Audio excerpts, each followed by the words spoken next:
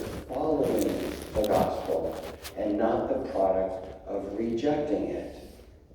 That likewise is the principal lesson that I think I have learned throughout my life, and one which I have observed tens of thousands of times occurring in the lives of missionaries, occurring in the lives of my own children, occurring in my marriage, occurring in the way that I live my life.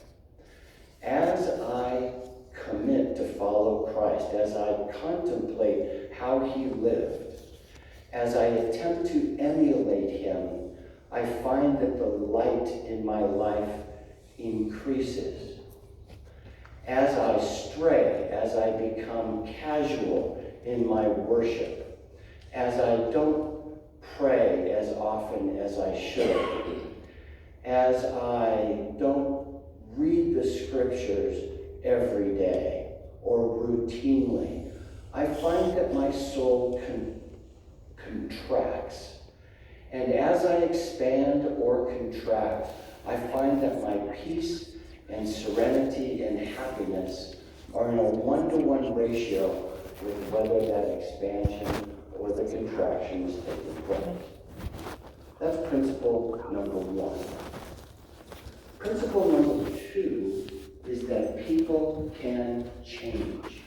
People can decide at a particular moment in time that they are going to follow a path that allows for expansion.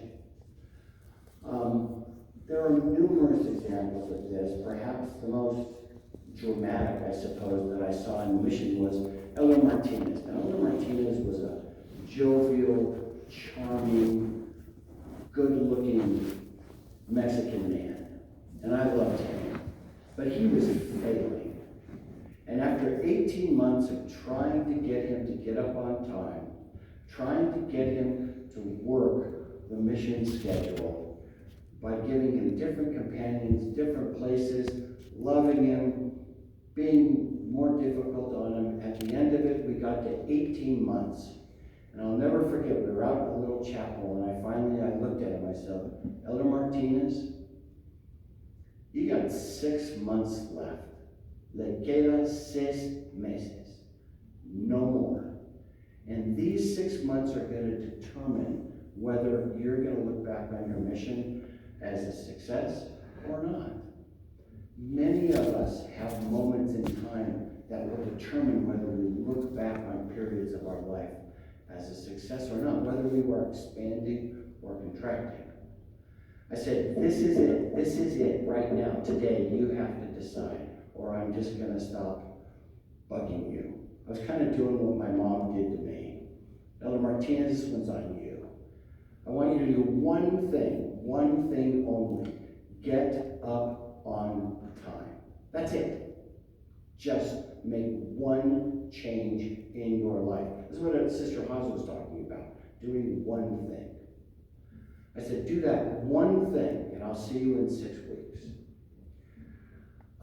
I didn't have a lot of faith that he would be able to do it after 18 months. Makes a difference, doesn't it, sisters, if you get up on time or not? Yeah, it makes all the difference. So in 6 weeks, I went back, and there was Elder Martinez. He was transformed. This elder was full of light. He had mastered himself in this one thing. He had decided to keep one commandment, and it altered everything that was happening around him. Well, he went on to be an EFY counselor. He went on to marry a woman who was a missionary in our mission. That didn't happen a lot, but thank goodness it did for him, because she was terrific. Married in the temple, and is going on with his life. Why is that?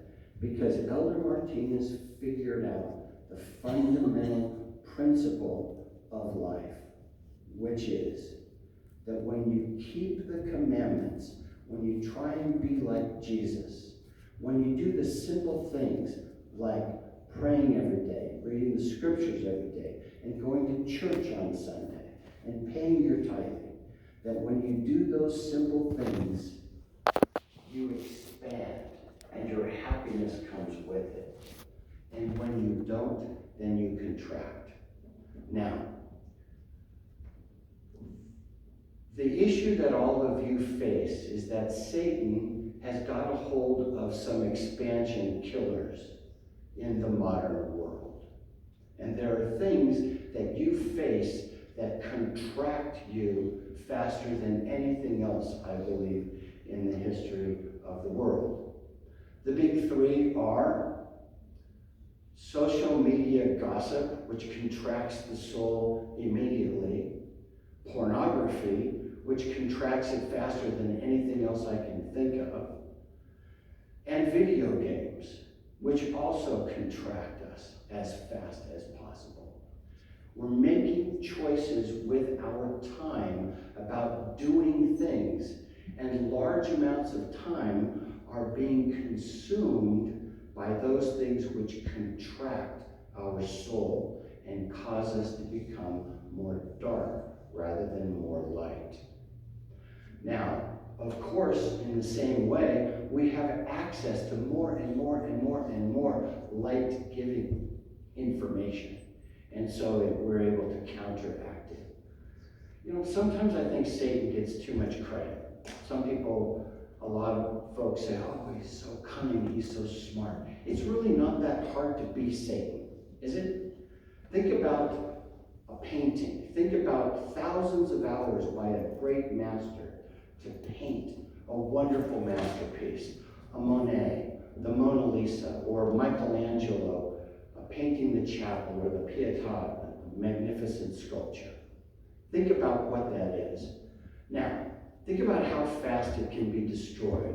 A couple of squirts of gas, a match, that's Satan. All Satan has to do is get us to stop expanding, and we will naturally contract. So that's the message for today. Hopefully we'll have time in our face-to-face to talk about other things. There are three great decisions that Sister Haas and I have made during our life that were contrary to our financial interests that have made all the positive impact in our lives. So we can talk about those. But know this. This principle of expansion and contraction exists whether human beings believe it or not. The gospel and Christ go on nobly and independently. You can believe or not believe, have faith or not have faith, but it does not change the principle, which I learned from Cecil Carmack and was confirmed to me when I was 17 and a half, that if we live the gospel, our lives increase in light and our souls expand. And when we do those things in our life that are not in accordance with the commandments, our lives contract and become more dark. And all of us have to decide in this day and age whether we're going to get bigger or smaller, brighter or darker, happier or more confused. I know that the church is true. I've seen far too much to know that I've seen enough to know that I've seen enough that the church is true. I've seen things that I can't even talk about because of their sacred nature. But the church is true. Choose to believe, choose to expand, choose to be happy. In the name of Jesus Christ, amen. Amen.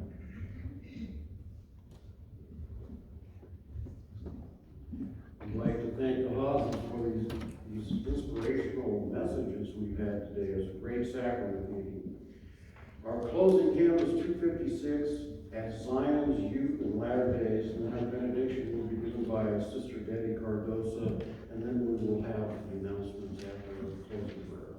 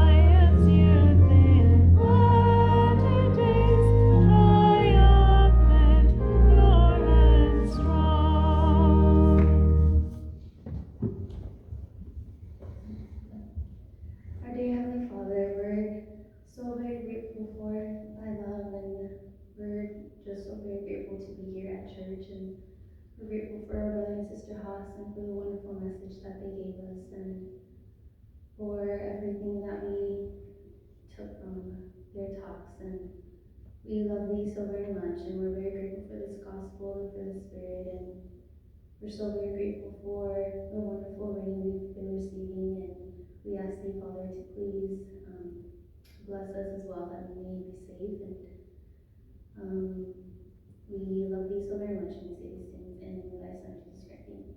Amen.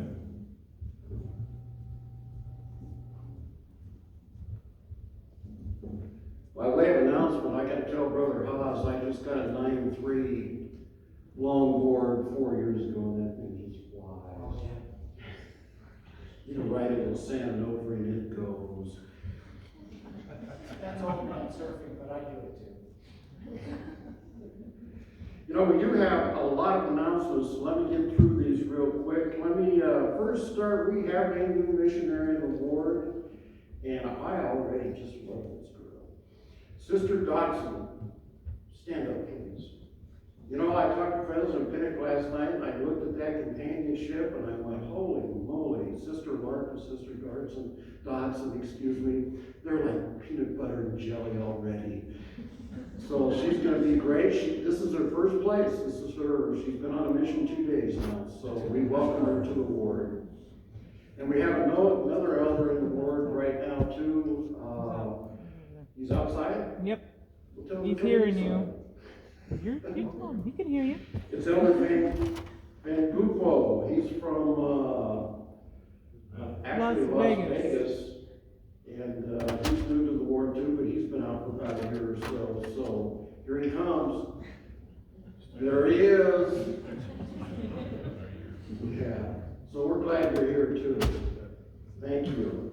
Tomorrow night, well today, the state choir practice starts at 3 p.m. here. Then tomorrow night we're having a bonfire out at the Barstow building. What time are we going to leave here tomorrow night? Between, get here about 6 and we'll travel out to Barstow. We're having hot dogs and s'mores. For those that can help, August 23rd at 10 a.m. at the Maple Building, there is food order distribution. That's a good time to serve the Lord and do some orders for some people that need some help.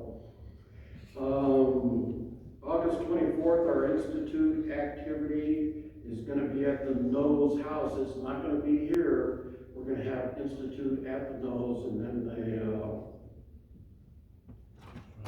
swimming party. Thank you. August 26th, we're having a combined beach trip with the North Park Ward. That's going to be at Bolsa Chica. We're trying to find out which lifeguard stand it's going to be at. We're going to leave here about 8 o'clock in the morning also. August 28th, we're having another pool party at the Henderson's house.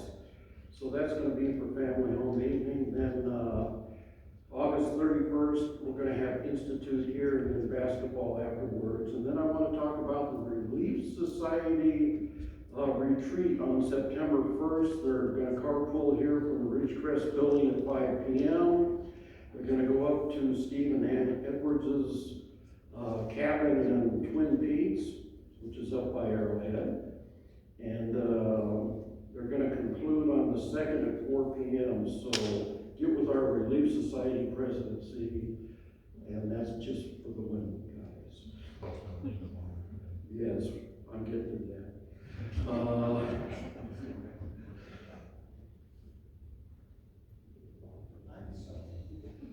Anyway, we are going to have a linger-longer afterwards too when the Haases get done after their face-to-face. So the Haases are going to talk a little bit about what's going on in the YSA around, and they're going to talk about the regional conference coming up too. So we'll take a little break, and then we'll come back here for our face-to-face with the Haases. So take a break and come right back. First of all, the regional activity, I hope you have it on your calendars, 15, 16, 17 of September, Friday, Saturday, Sunday. It's going to be just great. If you haven't been to, who's been to Camp Wildwood? I mean, it's beautiful. I mean, the things they have there, zip line, zip line, archery, climbing walls, a beautiful swimming pool, rifle shooting, archery, and so what we've arranged for is for us to basically have this site for the YSA for our area and the Riverside areas. There's 22 stakes. And there are 182 spaces inside the cabins that have cots. So please sign up quickly. We already have 70 and there's still a month to go. So go on to the San Bernardino area Facebook page, get where you go, there's a QR code, you can go to the registration and then put in your data, and she's got a flyer right there if you want to get the QR code from her. There you go. Yep. Yeah. Please sign up as quick as you can. You can. It is free. It's yeah. free. The whole weekend is free. Yep, it's free. You get to come, have fun, eat good food, dance, play games. Yeah, great. Free. Okay, questions about that?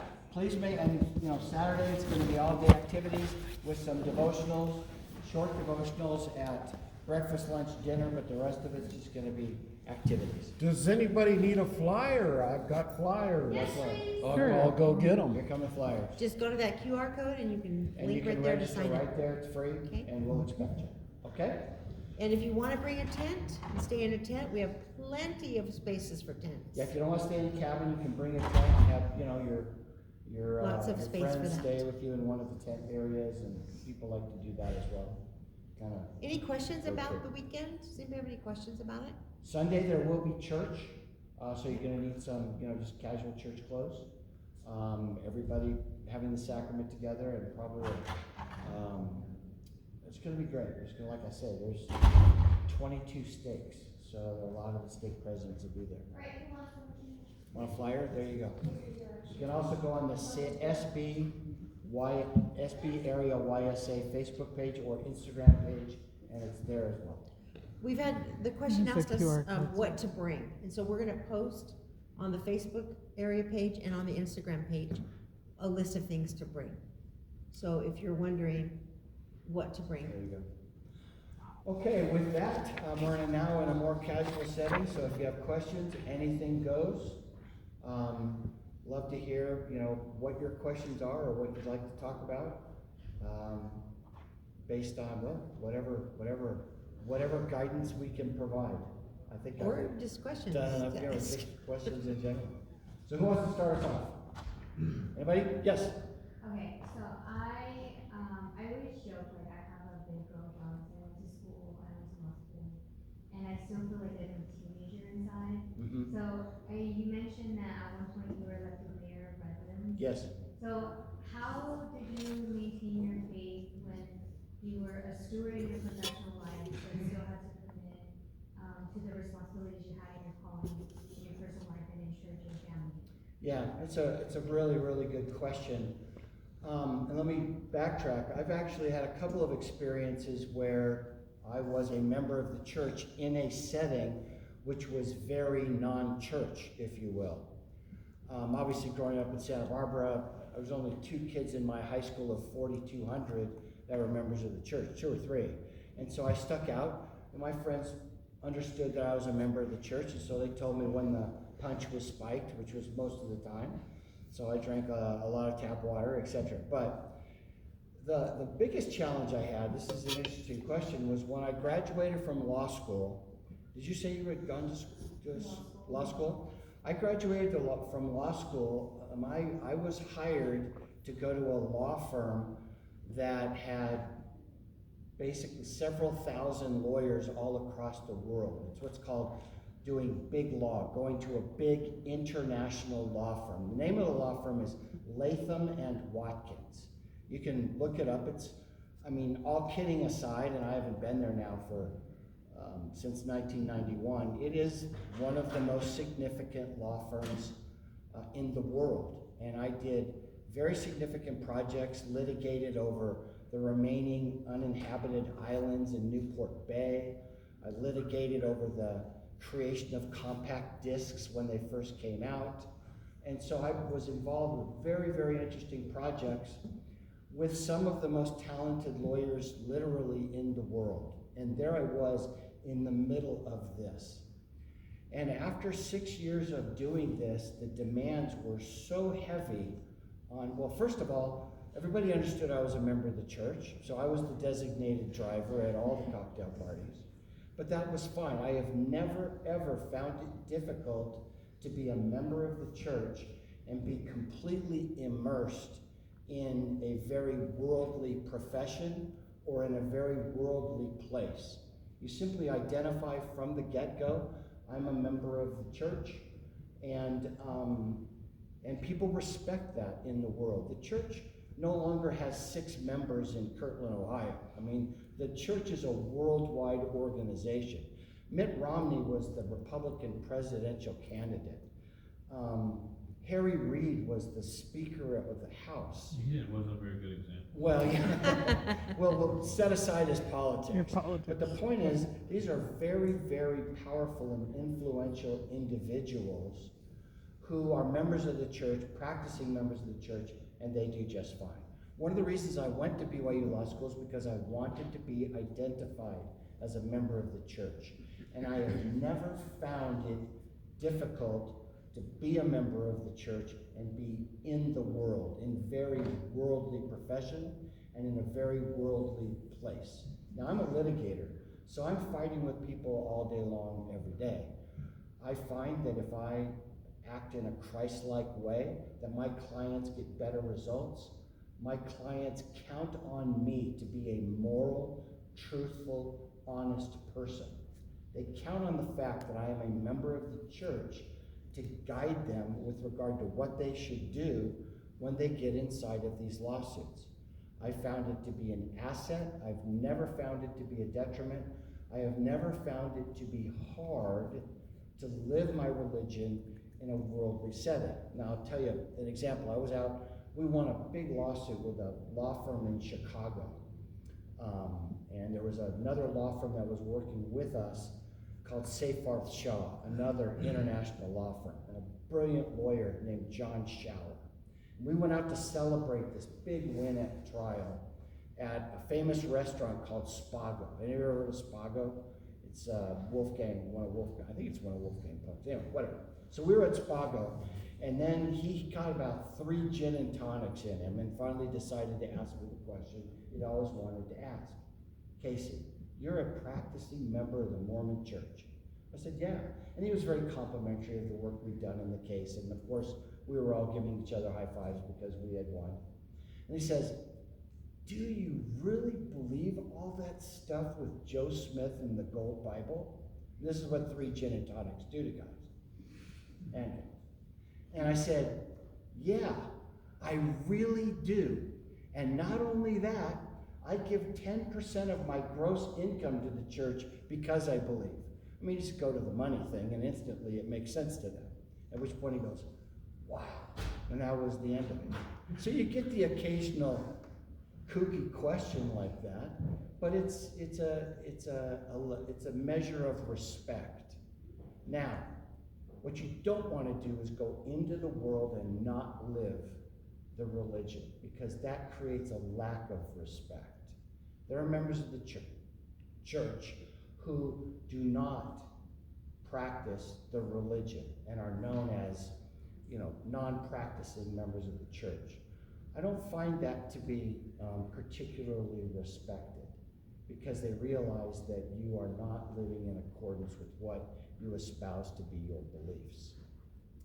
Now, a word of caution. Inside of this law firm, Latham and Watkins, now many really, really great folks have come out of that law firm. Lance Wickman, who's the general counsel of the church, was at Latham and Watkins when I was there. Alan Haney was a classmate of mine, also went to Latham and Watkins. He's a general authority now. Arlen Wolfenden, Boyd Black, all of these guys are in the church's general counsel office, all partners at Latham and Watkins. So it's not that it can't be done. But after 6 years, I found that the firm it had too much of a hold on me. The power of it and the money, a lot of money, and the shtick of it, if you will, of being a partner at Latham and Watkins, which gives you instant credibility in the law world wherever you are. That I was really starting to not live the religion appropriately. And I was starting to trend too far towards the world and not far enough towards the religion. Now, Julia, this is why Julia's Julia, finally decided to ambush me. We were talking, I didn't finish. Well, okay, we were talking. But when we talked, she pulled out her calendar and she looked at me and she said, I'm concerned. Yeah, you're a temple recommend holding active member of the church, but you haven't been to a block of meetings, a whole block, for 19 straight weeks. And it was all good reasons. I'm in Chicago taking depositions, I'm for meetings, I have to get a summary. I mean, it was all justifiable in my mind, but I, in essence, without knowing it, had become inactive in the church. And I looked at her and I went, liar. And then she went through every single, and she had written down where I was. I was in New York, I was in Chicago, I was in LA, I was doing this, I was doing that, I had to get ready for trial, blah, blah, blah, blah, blah. But I had basically checked out. And so we decided that we needed to talk about this. So we went to Baja California in a motorhome, and we sat out in the beach for 5 days and just talked through everything that had happened. And where we were, was it 3 days? Yeah, we never. Seemed like 5 to me. I was getting scolded. 3 days. And I'm gonna let you talk, I'm sorry to go on and on. Why don't you describe what happened What? in Mexico? Well, we decided that we needed to make changes. The thing that I remember is that we did kind of what he talked about in his talk. We decided we would change one thing in our lives, and we decided that one thing was going to be that we were going to have family home evening every Monday night with our family, which I had been doing, but what it meant was he had to participate. So he said, I will commit to being at home every Monday night for No family matter home what. evening. No matter what. And it was just as he described in his talk, that one change had a ripple effect through our lives, and he just made an effort to come to church every Sunday. That was also part of it. That's it, that's all we did. But We the came main back from change that. was family home evening Yeah. every Monday night, and we did that, and our life began to change. As a result, we left Latham and Watkins. So after a few months, all of a sudden I realized that I had contracted and that I was expanding again. And I became unhappy with Latham and Watkins. And so I went to the executive committee. I said, I just don't think I can make Latham and Watkins and being an active member of the church work. Others can do it, but I don't think I have the personality to be able to do it appropriately. And they said, you can't leave. You've been on the committee that decides who makes partner and who doesn't. Nobody has ever left the firm in that circumstance. If you stay for 1 year and you feel the same way, then you can go. It's like the mafia. These are powerful, powerful people.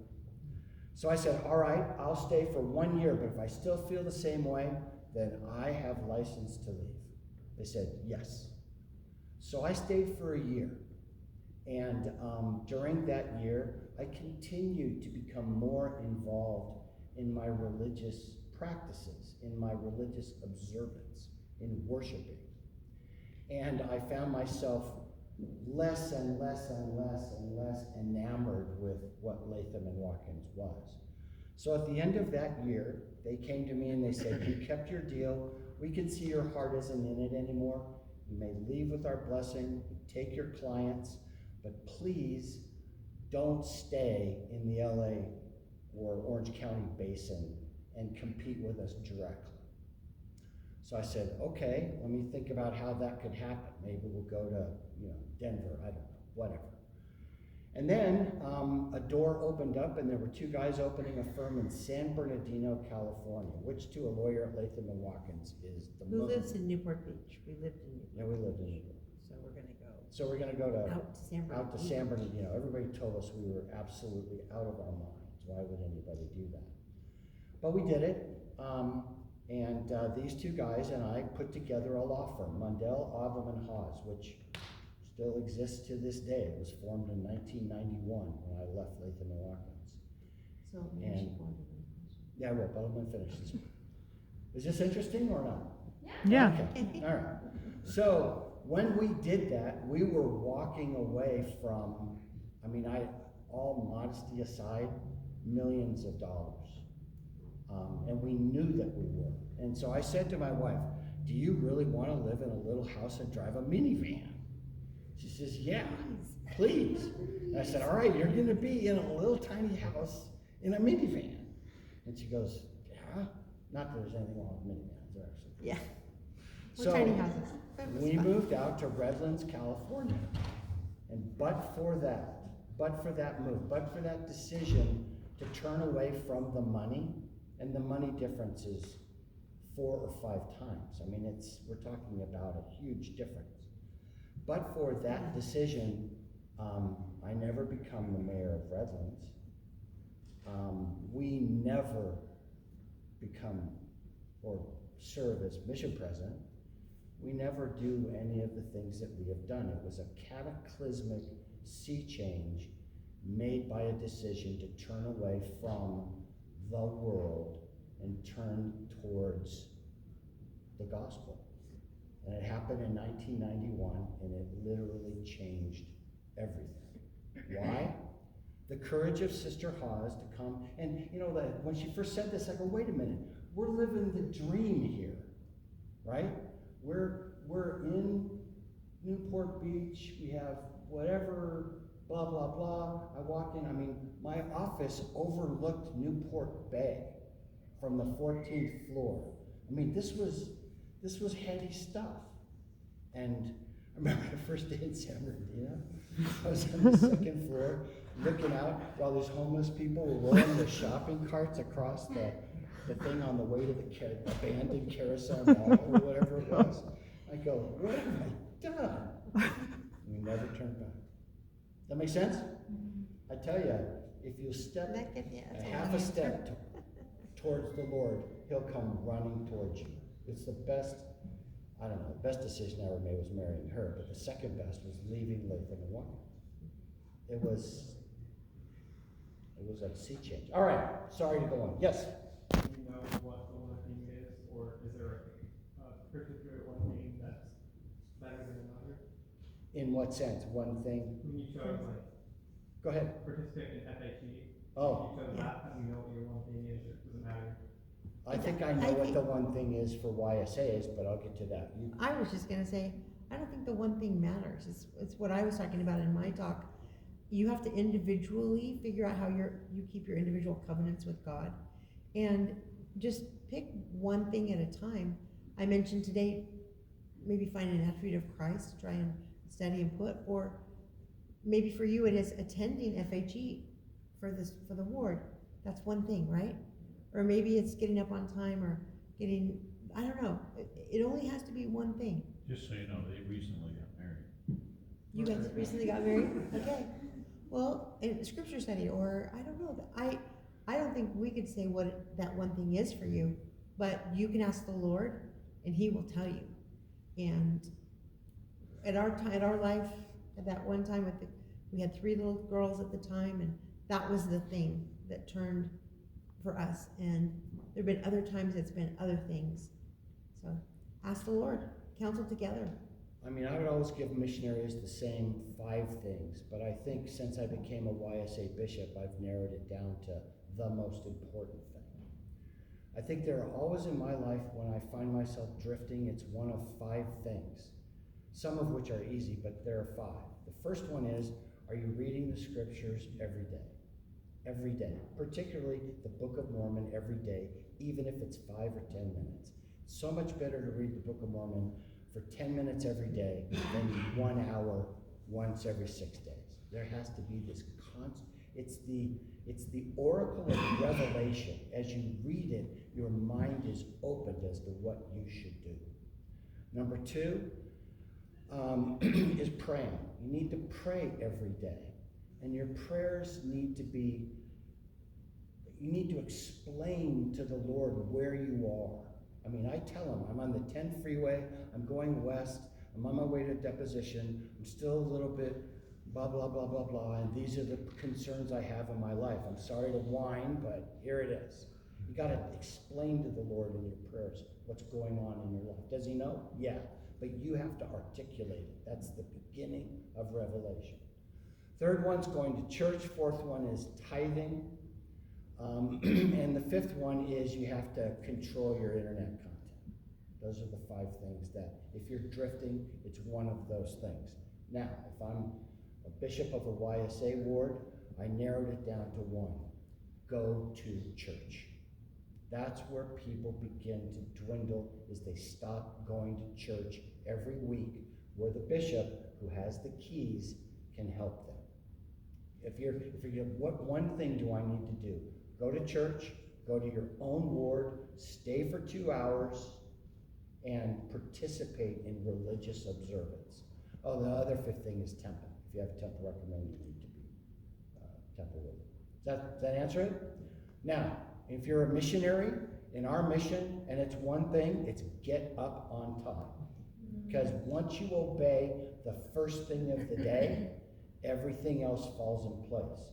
If you don't, then everything has a hard time pulling itself back together. Those of you who have been missionaries know exactly what I'm talking about. So I'm sitting here, I'm a YSA, I'm thinking, I wanna have more light and happiness in my life. What's the one thing I need to do? Like when we decided half family home meeting, the one thing is go to church. That's the one, I think, where you start. Everything else falls in place. Yes? You said you were the mayor of Redlands when the temple was being built. Yes. How was that experience with you? Because I remember, I think I've heard that there was some opposition with temple builds. So how was that with you being mayor? Yeah, it was, I mean, how many people have had that? I mean, it's an experience that I thank Heavenly Father for routinely. How many people have had the chance in a non-Utah community to be the mayor of a community when a temple is built literally out of nowhere that nobody expects? Now, when I ran for mayor, we had no idea that the temple would be built there. We were not told ahead of time. I was not asked to run for mayor. It's just something that we felt we should do. It was one of those revelatory moments when you do something like leaving Latham and Watkins that doesn't seem to make financial sense. Many people had approached him and said, we need your help with the community. We need you to run for city council. And every time he would come home and he would say, I had more people ask me today for a run for city council. And I said, no, absolutely not. We have 5 children between 15 and 3. No, maybe in 10 years. You know, that's one of those things. You go, maybe in 10 years we can do that. And then it kept coming and it kept coming. And finally he said, I'm going to a meeting this morning, and then afterwards we'll do a serious talk about it. And he called me after he went to this meeting with this group of city people that were very interested, and he said, we need to really seriously decide about this. And I said, okay, I'll listen. And we decided that weekend that we would fast and pray, and decide at the end and have another conversation. And we did fast and pray. And we both looked at each other and we said at the end, we have to do this. This is a very strong impression. This is the craziest time in our lives. Why would we do this right now? This doesn't make sense. But we both felt very strongly, and then we just jumped in full speed and helped campaign, and with the kids, all of it, we all just centered our lives around that at that point and got him elected. And then he started working on various things in the city. It was a full 2 years later that we were coming back from a trip, and we get a phone call from a newspaper, I think it was Enterprise or something. LA Times. Anyway, we want to know, Mayor Haas, what do you think about the temple being built in Redlands? And we're like, what? And then we get another call from another newspaper. We'd like a comment on the Redlands Temple, and we're like, what? Because we'd been in Mexico for 4 days, just the two of us on an anniversary trip. So after about the 5th call, he goes, I think they must be confused that there's a building or something being built. And so we called our good friends, because we're still driving in from LA, and we said, Judy, what's going on? Is there something happening? She goes, you guys didn't hear. They announced 3 temples in California this morning. It was on a Sunday. Very odd, right? And one is in Redlands, one is in Newport Beach, and one is in Sacramento. Fresno. Sacramento. Sacramento, you're right, sorry. She's always right. My mistake. Go ahead. Anyhow, Let me have he it. hung up the phone, and the two of us just looked at each other and went, what? They're gonna build a temple in Redlands? And you're on the city council right now and are gonna be able to help with that? Do you think the Lord planned that? Absolutely. Absolutely. But if the Lord had come to us 2 years before and said, hey, in 2 years I wanna build a temple in Redlands, would you run for city council and turn your lives upside down and make it really hard and sacrifice? We would have said, oh yeah, sign us up. But that's not how the Lord did it. The Lord inspired us to do that, to put him in place, to get him to make the relationships, and then he announced the temple 2 years later. And we were so grateful that we had listened and followed. And that's often the way it is. So to answer your question, and then we'll get to yours, the temple ran into virtually no opposition. President Hinckley at the dedication said, this is the easiest time we have ever had building a temple in the history of the church. Those were his exact words. It's because Redlands is a city of churches, but it's also because of the way the Lord set this up. It was nicknamed at church headquarters the Redlands Rocket because it was going so fast. It was from groundbreaking to dedication like a year and a half. Announcement. It was announcement to dedication, 18 months. Yeah, it was ridiculous. That's super fast. It was super fast.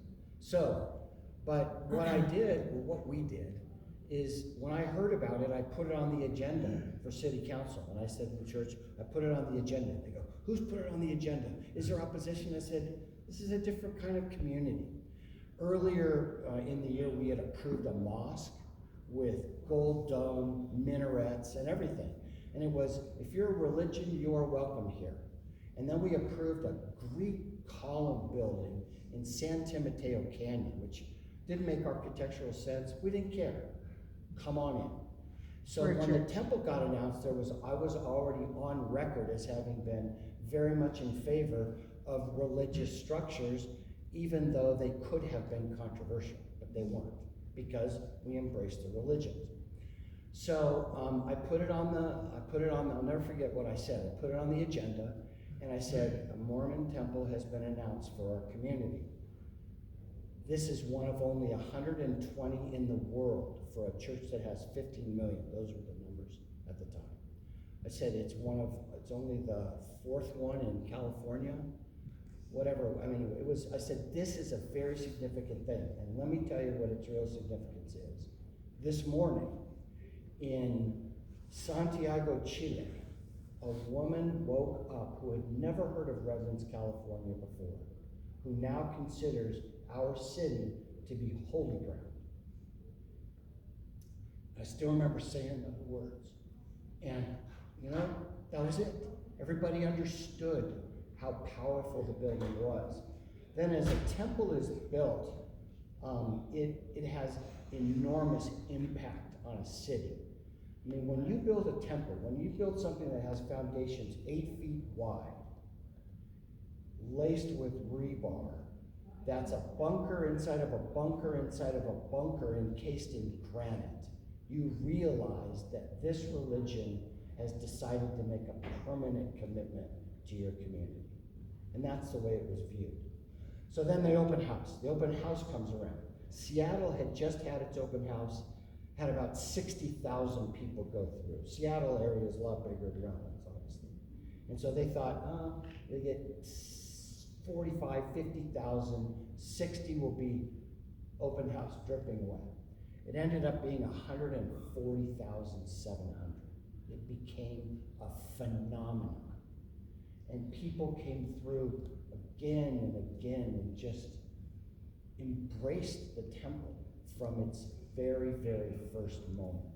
So to be the mayor, and the construction company gave me a hard hat. I had a white hard hat, Leighton Construction, had my name on it. So I could go in anytime I wanted to. General authorities could not go in, but I could go in. So I went in, they gave me my hard hat, and Julie had a pink one, and we went into the temple every, sometimes a couple of times a week, and watched it be built from a hole in the ground all the way up until it was done. So then the day they turned the keys over, so once they turned the keys over to the church, then I'm kicked out.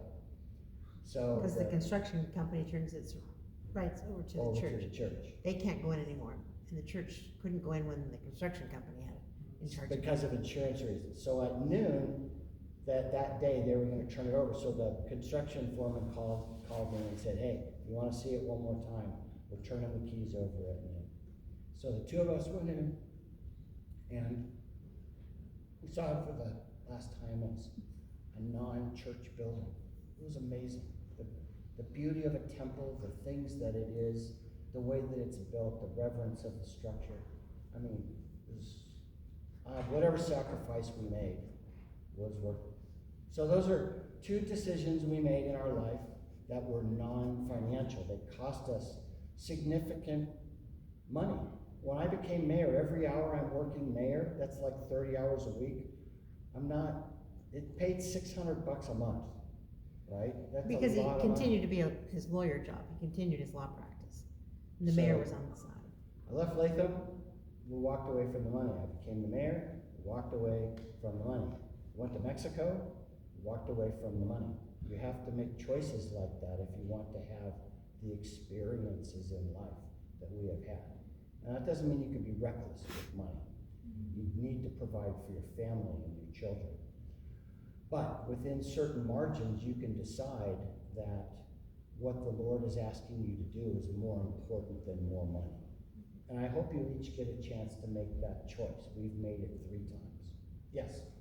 Just a comment. I noticed as you guys were talking about your guys' journey, the decisions you were making for your life, and to be elected as a mayor and to help the community and be blessed with the temple. While doing this, I have realized that without great sacrifice or risk, there wouldn't be as great of a blessing as if you guys were like, okay, we're gonna stick with the money and not move to San Bernardino, or no, we're not gonna help these people, we're gonna do the bare minimum, or being able to be a part of that community and help be part of that foundation as the temple was being built, that you guys wouldn't have gotten the many blessings out of those big decisions. And I noticed that as you guys fasted and relied on the Father, that He blessed you guys immensely. And I think that even though we're not sure what's going to come of those decisions or why we have to do them, we always, Heavenly Father sees the willingness to put yourselves last and put others first, and do what He's asking you to do, and gain great blessings. So I think that sometimes taking risks or sacrifices is a little scary, but I think that when we take that leap of faith and be like, okay, Heavenly Father, we're listening to you, we're going to do this, and so I think you can share your story and sharing that with us, because I think we could definitely learn from that, because I think anyone would be scared of taking risks and not knowing what's going to come of it. Yeah, there's 3 things that you're always tempted to chase after. Power, money, and sex is the third one. Those are the 3, Satan's great triumvirate, right? And so he walked away from money. Now, interestingly enough, when I got to the end of my 4 years, there was the same pressure to run for re-election again. And we thought about that, and I said, no, I said at the beginning, 1 term. There were certain things in the city that needed to be put right, and they're far beyond our discussion today. But the person that we took out of office would have opposed the temple. And so I think that was a big part of it, although nobody else understood that. But those are the things. So at the end of the 4 years, I gotta tell you, it was getting a little heady, you know? I mean, everywhere I would go, people would want me to, you know, autograph their t-shirt and all of this kind of stuff. And I really felt like, man, I better get out while I still can. You know, the power of it can become, it's like Latham. I mean, the power can become intoxicating and cause you not to act appropriately. Now, that doesn't mean that people run for re-election are power hungry. That's not the case. But in my case, it was time to be done, and I did. I was just gonna say that the principle that you explained in your statement is true for all of us. If we follow the Lord, if we seek His guidance, then we will find a path that we don't know where it always leads, but it will be the Lord's path, and it will be good, right? And it's the product of revelation. You see, if you're doing these 5 things, you open the heavens. If you're reading the Book of Mormon, if you're praying, if you're going to church, if you're attending the temple as you should, if you're paying your tithing, then you are entitled to receive guidance. And if you're not, then Heavenly Father is not going to throw that guidance at you for your own good. He's going to withhold the heavens so that you will repent. I think there's a comment. Yeah, there's like the phrase of when you lose, say nothing, but when you win, say even less. Yeah. And it's that kind of mindset. How do you personally in that, like in the case of winning type thing, of having so much success and opportunities, to maintain a humility that of the Lord and that kind of mindset? Because you lose a lot too. Yeah. You have to understand that the winning and the losing is just, if you're going to risk it like that. I mean, leaving Latham, a lot of people thought was incredibly stupid. And so you have to weather. It's not like, oh, yeah. But it's like also the pride of saying, oh, well, yeah, I left that and look at how good I, you know what I'm saying? How to just avoid pride in general, because there could be opposite ways too. I guess you have to understand that it can all go pretty fast. When I was in high school, I did a flip turn in water polo practice. I put both of my feet on the edge of the pool and split my ankles open through the Achilles tendon. They told me I'd never walk again. I realized right then and there, things can change fast and to maintain your humility. Luckily, I got put back together. Yeah, it hurt. Are we ready to wrap up? Are you ready? Thank you for your attention. Any other last questions that are burning you can? Nope. Come up to us afterwards. Let's talk to him during the linger longer. Yeah. Stick around if you have Stay quiet, waiting in the lobby to come in. Okay. Well done. Well, we want to thank the Haases and stick around for the linger longer too. Sure. You're going to have a long drive home. Yeah. Brother Lacey, would you give us closing prayer and bless the refreshments? Dear Heavenly Father, I thank you for this Sabbath day and for all that we have learned. We thank you that thy Spirit is with us, and we ask thee that we will be able to apply what we learned today into our lives, that we can become more like thee and thy Son. We thank thee for Brother Sister Haas and for their time to come to speak with us, and please bless them that they can make it home safely. Please bless their refreshments, and please help those that aren't here today, that we can be guided by thee so we can help them come next time. We love thee, Father, in the name of thy Son, Jesus Christ. Amen. Thanks, everyone. Did you